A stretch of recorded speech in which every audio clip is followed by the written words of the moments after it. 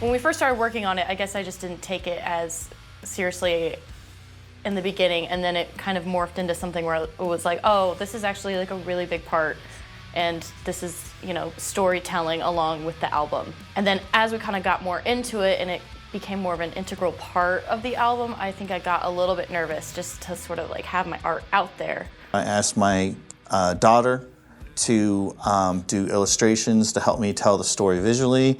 And really the story I really wanted to tell in this record is that I wanted to be a sense of reality with photography, and then I wanted there to be a sense of like the things like the intangible, you know, you call it emotion, you can call it whatever you want, you know. So I really wanted those two to overlay. So the first time I got to see this in person was in the Relapse headquarters in Philly. We stopped by before Heirs' first show. I wasn't expecting to see it at all. I had no idea what it was going to look like. So it was pretty insane, and we got to look at it with all of the band standing there for the first time. I don't know how to explain it. It just felt like, oh my God, this is real. This is something I wanted to do for a really long time, was make, you know, art for an album. Because music is already such a big part of my personal practice. The stock this is printed on Yeah. is insanely luxurious. It's really good. The colors are really good. And it's crazy because like sometimes you get these like the mattes with the blacks. But like I love this photo first off because this was directly after the first night of vocals. Yeah, that's you drinking whiskey and me drinking tea. Stressing out at whether I can finish this record or not. This is an illustration that my daughter had done. Actually, a drawing that she had done from an actual picture that my wife had taken of her torturing her dog Hula. My mom has saved all of my drawings since I was like 2 years old.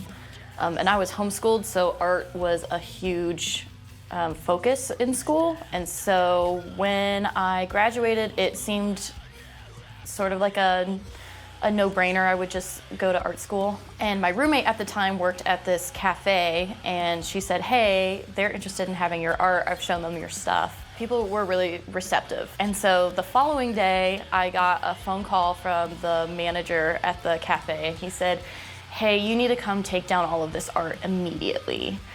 And that was, I tried to ask for some more information over the phone, and he was like, just come in immediately. I need you to remove all of this art. I remember her being very upset, and I remember being like, you should be proud because you made somebody who didn't want to feel. I had always wanted this piece of art, and she gifted it to us for Christmas this year. I was so happy. What was important to me was to make sure that everyone who played on this record or had a part in the record was represented. So like we have Chris, there's what we call Stand On Baby. This one I always had a weird relationship with because I was like, is this about me? Yeah, is she mad at you? Yeah. So if she is, it's like, it's okay. You know, I've written enough songs about my dad. This is the pillow talk drawing. I'm very specific with, you know, hands and adding like dots to the underwear and like the stitches on the shoes. I was a little bit hesitant to even let them use this drawing at first because it was like, so personal and special to me. I think it really spoke to Josh's and my dad's lyrics and song really well. I'm glad that they breathed new life into it because this was just sort of sitting in my portfolio for, you know, for years. It's handled with care on the vinyl, but I did say no merch for this one and the Fang drawing. Because I just did not, I felt uncomfortable with people walking around with this on a t-shirt. This is the page that gave us much fear because of the gold on this, but it actually, the light catches it in interesting ways, and so I think it actually turned out great.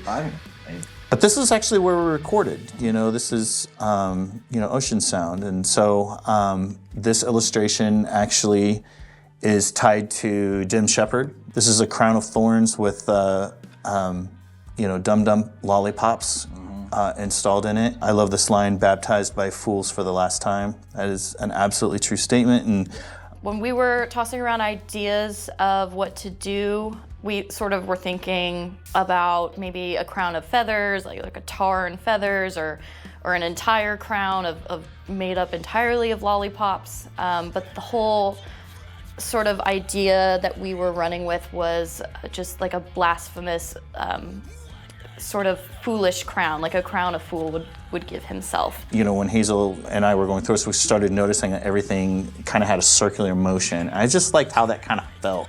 Yeah. Because we weren't really looking, I mean, we were definitely having this discussion of like what everything should feel like and what story it should tell, you know what I mean? But like it really kind of came together. Yeah. In that way. This is the actually original illustration and idea for Idle Heirs. Was this mother rabbit who had been, you know, eaten and her babies had fallen out next to her. This is an actual thing that, you know, I stumbled upon. It just hit me, you know, that this was the imagery of what this record should be. And so me and my daughter went round and round on this rabbit. I just wanted it like meaner, you know, than what we were kind of coming up with. But I just love it when you put the time into doing something like this and redoing it and not being afraid to redo it, because once I got this, I was like, you're done. Other thing I love about this is like, this is the first song I wrote for the record. This is the last song I wrote.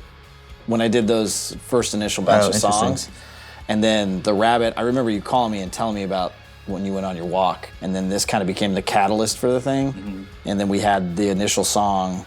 And it's just funny, I just now noticed it when we looked at it, like, wait, that's funny because the first song and then the last song are just paired right next to each other with this idea. Yeah, and everything in between. I was really happy when I saw this cover because this was sort of in the back of my mind the direction I wanted to go with the illustrations on the inside, because graphite and charcoal and abstract is my personal sort of favorite type of art. It really set the tone for how the illustrations came together. I took a lot of inspiration from the cover art for the nest, which you can see a lot more in the original drawing.